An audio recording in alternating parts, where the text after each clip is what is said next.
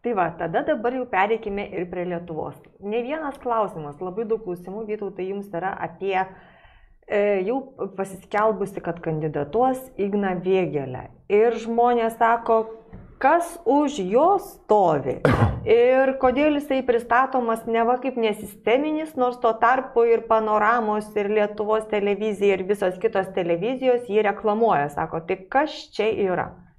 Nu, pabandykim galbūt pradžiai taip, švelniai užkabinti šitą asmenį. Tai nereiškia, kad aš turiu kokią nors pretenziją Ignui Vėgėlei, gink Dieve, kaip žmogui, aš jau nepažįstu, nei atvirai kalbant, turiu didelio noro pažinti.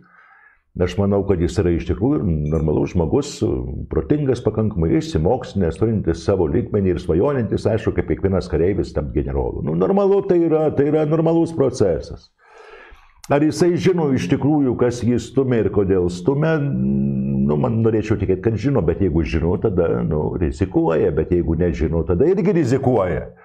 Atvirai kalbant, nes tada gali sužinoti. Pabandykim labai paprastą dalyką. Pamenat, mes kalbėjom apie tai, kad Tėvynės sąjunga padarė klaidą milžinišką, sudarydama koaliciją su Laisvės partija, kad realiai ideologiškai šitą Laisvės partiją juos labai ilgai prieš rinkimus paves. Buvo kalba apie tai, kad vis dėlto šitai valdančiai daugumai reikalinga atsistatydinti, tai bus pats protingiausias, prieš metus beros mes šnekėjome, ne? Pats protingiausias politinis žingsnis galėjo būti, nes tokiu atveju perdavus valdžią šitoje situacijoje, kas dabar dedasi jau, būtų galima suverst kaltę, ant žaliųjų ar kokios vardan Lietuvos, kurie ateitų valdyti, arba socialdemokratų, ir paskui ramiai savo šoktelt 24 metais iškai tam tikrą naują lygmenį ir sakyti, mes pareinam, mes čia gelbėsim Lietuvą. Taip. Bet jie viso to nepadarė ir nepadarė jie, kada Landsbergis sakė atsistatydinsiu ir panašiai, taip toliau. Ir Šimonytė ten liktai skelbė, kad būtinai reikalingas ten pasitikėjimo, pasitikrinimo, nu, žodžiu, buvo ten ta košė. Ir tada įsimaišė vyresnysis. Prezidentas numeris 1. Ir mes po to kalbėjom, kokį velnią jis atnešė, kaip jis juos sutramdė. Na, pabandykim pažiūrėti, ar tikrai tas Ignas Vėgėlė jau yra toks nepriklausomas. Ar tikrai jis yra toks nesisteminis. Na, jeigu atsiverstumėt, paprasčiausiai viešoje erdvėje niekas to neslėpia. Jis yra pakankamai išsimokslinęs, mokslus gavęs vakaruose, Anglijoje. Nu, jau tai man iš karto kelia savotiškai, reiškia, ginai tokį, šiokį tokį niuansą, nes aš žinau, kad Šimašius irgi baigęs yra vakaruose Anglijoje ir aš blūdijų blūdas. Atvirai kalbant, bet, kaip, jis savo, tai jis neblūdas. Ir tai, ką reikalinga, tai buvo įvykdė, kai buvo Vilniaus meru. Dabar tai velniai žino, kur jisai keliauja, matyt gerai gyvena ir panašiai, bet čia jau kita šneka. Į Europos parlamentą ruošiasi. Į Europos parlamentą. Jau kaip nekeista visi. Landsbergis į Europos parlamentą, Šimašius į Europos parlamentą. Mėlyje toks įspūdis, kad visi jie ruošiasi, taip sakant, persikelt, kiek galima arčiau vakarų tos zonos, kad atėjus laikui ir griuvus viskam, kad jie jau būtų ten. Na, bet čia kita. Na, o dabar žiūrėkim. Ar Ignas Vėgėlė niekados nebendravo su jokia politinė organizacija? Kaip rodo ir neslėpiami dalykai, atrodo, kad jisai pakankamai artimai bendradarbiavo. Nežinau, jis neprisimenu, jis buvo partijos nariu. Buvo partijos nariu, būtent Lietuvos krikščionių demokratų partijos. Buvo tokia partija, mes užmiršom. Buvo, tai labai senas tradicijas turinti, jinai egzistavo prieškariniai Lietuvoje ir taip toliau. Buvo. Tai jūs manot, kad tas dalyvavimas ilgą laiką neturėjo jokios įtakos? Aš manau, kad turėjo. Na, o kur dingo ta Lietuvos krikščionių demokratų partija? Pasirodo, trupušėlė, jinai labai gražiai buvo įslinko į Tėvynės sąjungos Lietuvos konservatorių partijos sudėtį. Degutienė, ten taip toliau, reiškia visi šitie. Saudargas. Ir šiandien dar egzistuoja. Tai kaip čia gaunasi dabar, tai kaip dviem sparnais šitą Tėvynės sąjungo Lietuvos konservatoriai, taip žinai. Sakalas menkas iš jų, reiškia, bet, sakykime, koks kovarnis gali atrodyti, ar ne? Na tai va, Vienoje pusėje Landsbergio pusė, aš taip grubiai, tai nesupyksta Landsbergiai. Reiškia būtent, o kitoje pusėje krikščionys demokratai. Interesna. Kas, sakykime, galima įtart šitoj pusėje, kur Landsbergiai? Aš manau, kad ten yra London City's.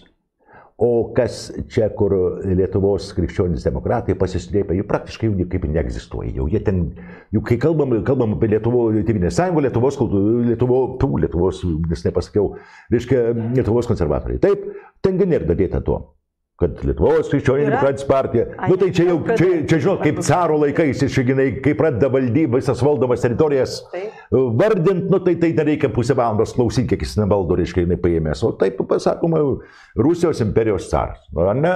Taip ir čia Lietuvos, kaip čia, Tėvynės sąjunga, Lietuvos konservatoriai. Ne, krikščionys demokratai.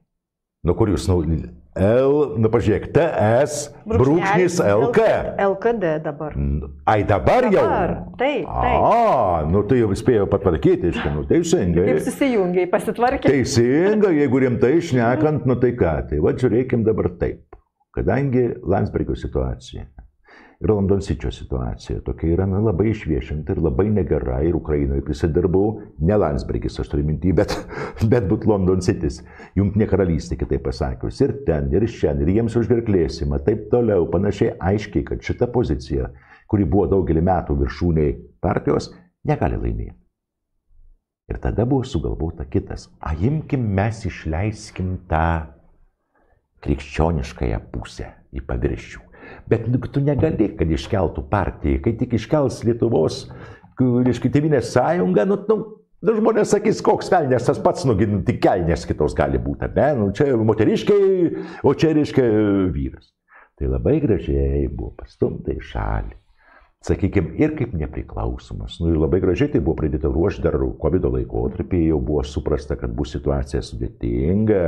Ir tadagi atsirado ir Vėgėlė puikiai savo kalbą pasakė, ginamąją Verociškai, ginai nuo COVID ten kažkam tai... Dėl galimybių pasų. Dėl galimybių pasų, taip toliau menkniekiai tuo metu buvo labai aktualus tas dalykas ir jis taip pasakė, ir čia nuo čia prasidėjo. Labai įtariu. Ir jisai atstovauja būtent tą krikščioniškąją poziciją. Manau, kad jį lems labai rimtai bažnyčia. Bet jeigu prieš tai Landsbergiai, sakykime, su savo Tėvynės sąjungos gabalu vedė visą laiką į priekį, nesvarbu, kas ten stovėjo, Šimonytė, ar ten galėjai patį velnę pastatyti, atvirai kalbant.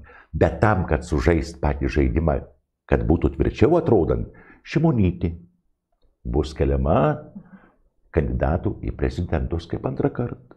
Taip. O Vėgėlė tampa ypatingu asmeniu, kuris nesisteminis. Nesisteminis, jis niekados niekur nedirbo, jis baigė mokslus vakaruose, stažavosi turbūt kokioje Švedijoje ar dar kur nors. Reiškia, ginai, ten už jo nugaros stovi labai rimtas kapitalas ir bažnyčia pasiruošus padėti ir taip toliau panašiai. Jis neatstovauja Tėvynės sąjungos. Tai Šimonytė, kuri prapils rinkimus kaip, dar kartu kaip Šveds prie Poltavos savo laikais istorijoje. Bet užtad kita pozicija, kitas sparnas turi visas galimybės, sakykime, pakilt į tam tikras aukštumas. Ta pati sisteminė situacija. Negi jūs nesuprantat, kad vėl mums siūlo eilinį kartą gražiai aprengta, išpuošta ir taip toliau, bet tai yra sistema. Ta pati sistema, kuri šiandien stovi viršūnė. Kam patinka ta sistema, tas aišku eis ir rinks. Man ji nepatinka, aš vargiai balsuosiu už tom. O kur ta sistema bus žaidimą žaidinti? Pagrindinis variantas, aišku, bus kova su korupcija. Pertvarkymas teisėjai tvarkos iškai įstatymų, panašiai taip toliau. Dabar jūs man pasakykit paprastą dalyką. Kai ateina rinkimai, aš jums taip liaudiškai pasakysiu, jūs, kiekvienas mūsų gyvenam savo namuose, kiekvienas turim savo darbus, savo kasdienybę, jaunesni vaikus, kiti anūkus, taip toliau, gyvenam tiesiog savo gyvenimą, ar ne?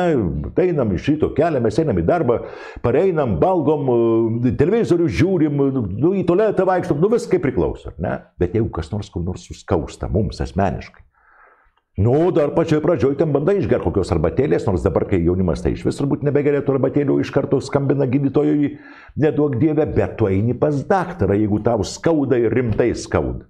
Gi tu neini pas batsiuvį. Nu, neini. Nu, nebent jis žolininkas dar plius yra aiškiai, bet ir tai. Pas batsiuvį neini. Ne, neini. Vadinasi, lygiai taip pat kaip tu, sakykime, na, jeigu tau batai prakiurotų, neisi į ligoninę pas daktarą, ar ne? Nu tai kokio velnio reikalinga pradėti šiandien mums vėl tikėti tuom? Mes turim pas save finansistą, prezidentu. Dabar mums siūlomas yra juristas.